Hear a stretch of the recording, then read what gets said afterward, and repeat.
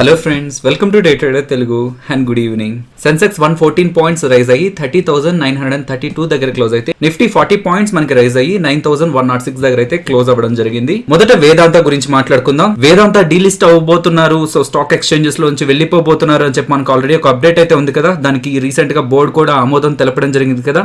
So దానికి సంబంధించి డబ్బుల కోసం గ్లోబల్ బ్యాంక్స్ దగ్గర నుంచి $2.5 బిలియన్ వేదాంత వాళ్ళు రైజ్ చేయబోతున్నారు అనేలాగైతే ఇక్కడ మనకు అప్డేట్ అయితే కనిపిస్తుంది. బట్ మనం రీసెంట్ గా కూడా మాట్లాడుకున్నాం, 90% వాటా అనేది కంపల్సరీగా వాళ్ళకు ఉండాల్సి ఉంటుంది అనమాట. ప్రమోటర్స్ కి వాళ్ళ ఎక్స్చేంజెస్ లోంచి అంటే స్టాక్ మార్కెట్ లోంచి బయటకు వెళ్లాల్సి ఉంటే, ఈ వైరస్ కారణంగా డొమెస్టిక్ అలాగే ఇంటర్నేషనల్ ప్యాసింజర్ ఫ్లైట్స్ అన్ని కూడా ఆపేయడం జరిగింది కదా. దీంతో మనకి ఏవియేషన్ స్టాక్స్ అన్ని కూడా నెగిటివ్ గా ఇంపాక్ట్ అయ్యాయి. ఆపరేషన్స్ లేకపోవడం వల్ల రెవెన్యూస్ రావు, బట్ మెయింటెనెన్స్ కోసం వాళ్ళు ఖర్చు పెడుతూనే ఉండాలన్నమాట. కాబట్టి వాళ్ళ కమింగ్ టైమ్స్ లో చాలా నెగిటివ్ ఇంపాక్ట్ ఉంటుంది. కాబట్టి రీసెంట్ టైమ్స్ లో మనకి షేర్ ప్రైసెస్ అన్ని కూడా ఫాలో అవుతున్నాయి. ఇండిగోడ్ కానివ్వండి, స్పైస్ జెట్ కానివ్వండి, ఇవన్నీ కూడా ఫాలో అవుతూ వచ్చాయి.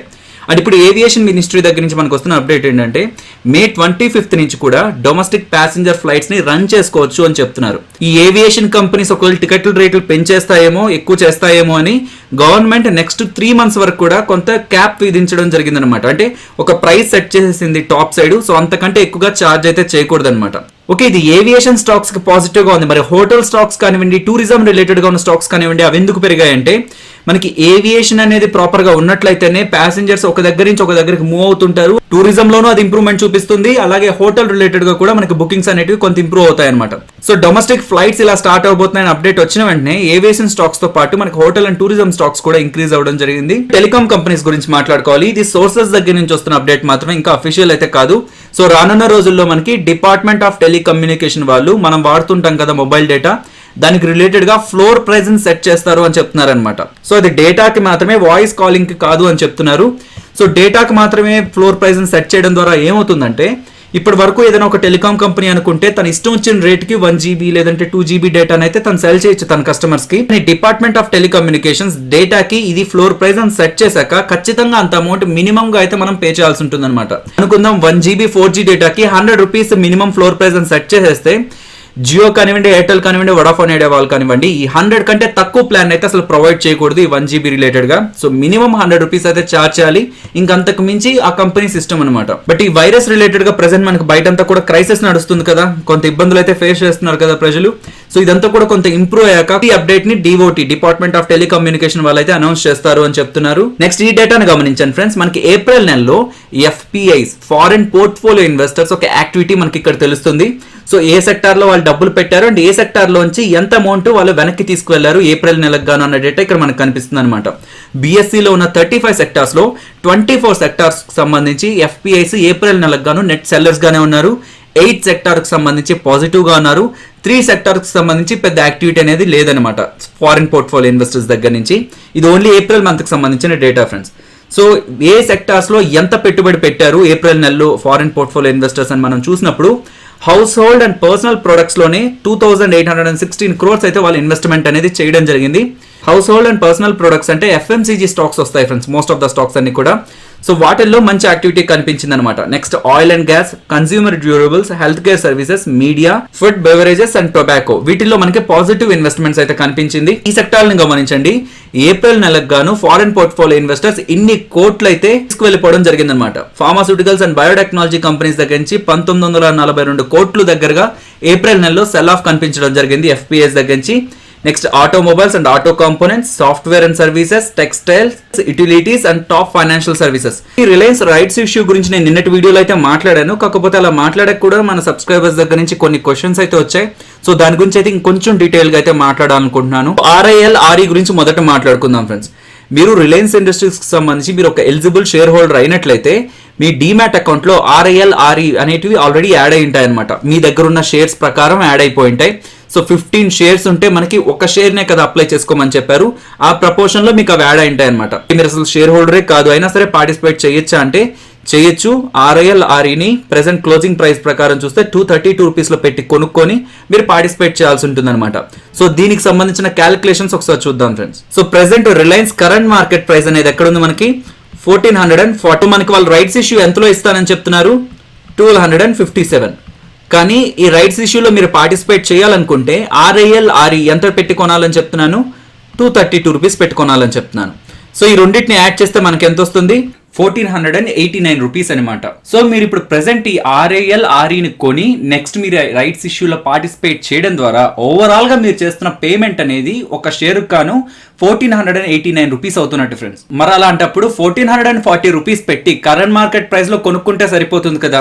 దీనికి RIL RE కొనుక్కొని నెక్స్ట్ రైట్స్ ఇష్యూలో పార్టిసిపేట్ చేసి 1257 రూపీస్ పెట్టి ఓవరాల్ గా 1489 రూపీస్ పెట్టడానికి ఇన్వెస్టర్స్ ఎందుకు రెడీగా ఉన్నారు, ఇన్వెస్టర్స్ ఎందుకు అంత ఇంట్రెస్ట్ చూపిస్తున్నారు అంటే, ఇప్పుడు మనం కరెంట్ మార్కెట్లో కొనాలంటే 1440 రూపీస్ పెట్టాల్సి ఉంటుంది. కాకపోతే ఈ రిలయన్స్ ఇండస్ట్రీస్కి సంబంధించిన ఈ రైట్స్ ఇష్యూలో పార్టిసిపేట్ చేసినట్లయితే మన దగ్గర నుంచి ఫస్ట్ 550 రూపీస్ మాత్రమే తీసుకుంటారు ఫ్రెండ్స్. అండ్ దాని తర్వాత మిగతా పేమెంట్స్ మనం 2021 ఎండింగ్ లోపు చేయాల్సి ఉంటుంది. సో దీనికి సంబంధించిన క్యాలిక్యులేషన్ ఒకసారి చూద్దాం. మీకు అసలు షేర్ హోల్డరే కాకపోయినట్లయితే మీరు ఇది ఫస్ట్ పే చేస్తారు, 232 రూపీస్ పే చేస్తారు. అండ్ దాని తర్వాత 25% మాత్రమే పే చేస్తారనమాట ఈ 1257లో. అంటే 314.25 రూపీసే మీరు పే చేస్తారు వైల్ అప్లయింగ్ రైట్స్ ఇష్యూ. మిగతా అమౌంట్ అంతా కూడా 2021 మే అండ్ డిసెంబర్ లో పే చేస్తారు ఫ్రెండ్స్. కాన్సెప్ట్ ఎప్పుడు లేదే మనకి స్టాక్ మార్కెట్ లో ఎప్పుడు వెళ్ళలేదే అంటే ఇది రీసెంట్ గా తీసుకొచ్చిన కాన్సెప్ట్ ఫ్రెండ్స్. జనవరిలో సెబీ వాళ్ళైతే ఇంట్రడ్యూస్ చేయడం జరిగింది. అండ్ ఇంకొక ఇంపార్టెంట్ పాయింట్, ఈ RIL RE ఇంట్రాడే సెషన్స్ లో బాగా ఇంక్రీజ్ అవుతుంది కదా, దీంట్లో ట్రేడింగ్ చేయొచ్చా అంటే చేయకూడదు. ఎందుకంటే ఇది T2T సెగ్మెంట్ లో ఉంది friends, trade to trade segment లో ఉంది. So trade to trade segment లో ఉంటే దాంట్లో మీరు ఇంట్రాడే అనేది చేయకూడదు. వీటిని బై చేసినట్లయితే మీరు T+2 days వెయిట్ చేయాల్సి ఉంటుంది. అంటే మీ డీమ్యాట్ లోకి వచ్చేంత వరకు వెయిట్ చేసి దాని తర్వాత మాత్రమే మీరు సెల్ చేయాల్సి ఉంటుంది. కానీ ఇంట్రాడేలోనే బై చేసి ఇంట్రాడేలోనే సెల్ అయితే చేయలేరు.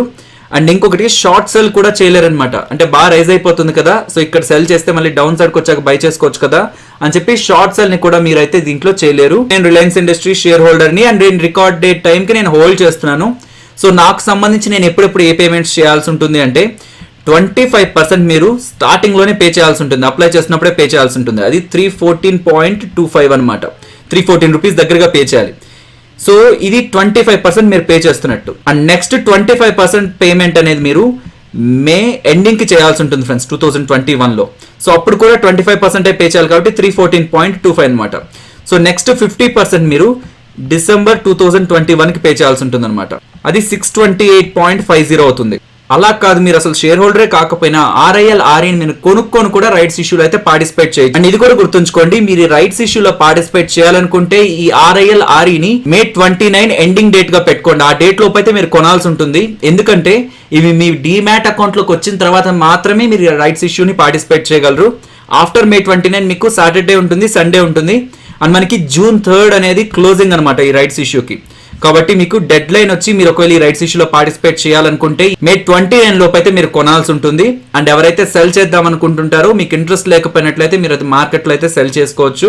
అండ్ మీరు IPO అప్లై చేసిన ప్రాసెస్ ఉంటుంది ఫ్రెండ్స్. అండ్ ఇంకొక ప్రాసెస్ కూడా ఉంది, అది నేను మీకు ఈ వీడియోలో అంటే నిన్నటి వీడియోలో నేను కామెంట్ సెక్షన్ లో పిన్ చేశాను, వెబ్సైట్ అండ్ ప్రాసెస్ కూడా. మీరు అది ఒకసారి చూసినట్లయితే మీకు క్లియర్ గా అర్థమైపోతుంది. నిఫ్టీ సపోర్ట్ 9000 దగ్గర గమనిస్తున్నాను ఇమీడియట్ గా. అండ్ రెసిస్టెన్స్ అయితే 9120 అండ్ అది బ్రేక్ అయితే 9250. బ్యాంక్ నిఫ్టీ ఇమీడియట్ గా 17480 దగ్గర గమనిస్తున్నాను ఫ్రెండ్స్. అండ్ రెసిస్టెన్స్ అయితే 18200 దగ్గర. నెక్స్ట్ నిఫ్టీ ఆప్షన్ చైన్ మాట్లాడుకుందాం ఫ్రెండ్స్. కాల్స్ దగ్గర మీకు ఎక్కడైతే పాజిటివ్ గా డేటా బిల్డ్ అవుతూ ఉంటుందో అది మీకు రెసిస్టెన్స్ అవుతుంది. కానీ పుట్ దగ్గర సేమ్ డేటా బిల్డ్ అవుతుంది అనుకోండి పాజిటివ్ గా, అది మీకు సపోర్ట్ అవుతుంది. సో ఇక్కడ మీరు గమనించినట్లయితే, సో ఓవరాల్ ఓపెన్ ఇంట్రెస్ట్ ని మీరు గమనించినట్లయితే 9500 దగ్గర మనకు కొంత స్ట్రాంగ్ డేటా అయితే ఉంది. అండ్ ఇంట్రాడే లో కూడా 5 lakhs అరౌండ్ అయితే బిల్డ్ అయింది అనమాట. 9500 అనేది కమింగ్ వీక్ అంతా కూడా మనకు ఒక ఇంపార్టెంట్ రెసిస్టెన్స్ గా అయితే ఉంటుంది. బట్ ప్రెసెంట్ ఉన్న లెవెల్ నుంచి కొంత దగ్గరగా చూస్తే ఓవరాల్ ఓపెన్ ఇంట్రెస్ట్ కొంత స్ట్రాంగ్ గా ఉన్న లెవెల్ 9300 దగ్గర. ఓవరాల్ ఓపెన్ ఇంట్రెస్ట్ 19 lakhs, అలాగే ఇంట్రాడే లో కూడా 2,80,000 ఫార్మ్ అయిన లెవెల్ అయితే 9300 ఫ్రెండ్స్. సో 9500 కంటే ముందుగా మనం గమనించాలనుకుంటే 9300 లెవెల్ ని కూడా గమనించవచ్చు. నెక్స్ట్ సపోర్ట్ గురించి మాట్లాడుకుంటే 9000 అనేది ఒక సైకలాజికల్ మార్క్. అండ్ ఆ మార్క్ దగ్గర మనకు ఓపెన్ ఇంట్రెస్ట్ కూడా కొంత స్ట్రాంగ్ గానే ఉంది. ఇంట్రాడేలోను 7,51 అండ్ ఓవరాల్ గా కూడా 33 lakhs ఓపెన్ ఇంట్రెస్ట్ బిల్డ్ అయింది. కాబట్టి 9000 ఒక ఇంపార్టెంట్ సపోర్ట్ గా అయితే ఆప్షన్ చైన్ ప్రకారంగా మనం గమనించవచ్చు. సో 9000 దగ్గరకు వస్తున్నప్పుడు మనం కొంత కేర్ఫుల్ గా ఉండాల్సి ఉంటుంది. ఇక్కడ మనకి సపోర్ట్ తీసుకున్నట్లయితే ఓకే, ఒకవేళ సపోర్ట్ తీసుకోకుండా ఎక్స్టర్నల్ ఫ్యాక్టర్స్ మార్కెట్ ని ఇన్ఫ్లుయెన్స్ చేసి మార్కెట్ ని నెగిటివ్ గా మూవ్ చేసి 9000 కంటే బ్రేక్ చేసి డౌన్ సైడ్ తీసుకువెళ్తే ఇక్కడ మనకు అన్వైండింగ్స్ కనిపిస్తాయి అనమాట. సో ఈ లెవెల్ కంటే పైనే ఉంటుందని ఎవరైతే రైట్ చేశారో వాళ్ళు వన్స్ అన్వైండ్ అవ్వడం స్టార్ట్ అయ్యారంటే కిందకి మనకి ఇంకా స్ట్రాంగ్ మూవ్ కనిపిస్తుంది ఫ్రెండ్స్. సో మనకి ఎక్కడైతే ఎక్కువగా రైటింగ్స్ కనిపిస్తూ ఉంటాయో, పాజిటివ్ గా రైటింగ్స్ కనిపిస్తూ ఉంటాయో అది మనం సపోర్ట్ లాను చూడాల్సి ఉంటుంది. ఆ లెవెల్ బ్రేక్ అయితే ఆ డైరెక్షన్ లో ఇంకాస్త స్ట్రాంగ్ మూవ్ కనిపించడానికి ఛాన్స్ ఉంటుందన్న విషయం కూడా మనం గుర్తుపెట్టుకోవాలి. ఫైనల్లీ ఇది ఫ్రెండ్స్ మన వీడియో నచ్చినట్లయితే లైక్ చేయండి. అండ్ ఈ వీడియో మన వాళ్ళకి యూజ్ అవుతుంది అనుకుంటే తప్పకుండా షేర్ చేయండి. అండ్ మన ఛానల్ని సబ్స్క్రైబ్ చేయనట్లయితే ఒకసారి కంటెంట్ చూడండి. కంటెంట్ నచ్చితే ఛానల్ని సబ్స్క్రైబ్ చేసి పక్కనే వచ్చే బెల్ ఐకాన్ కూడా క్లిక్ చేయండి. మరొక ఇంట్రెస్టింగ్ వీడియోతో మళ్ళీ మీ ముందుకు వస్తాను. అంతవరకు టేక్ కేర్. జై హింద్.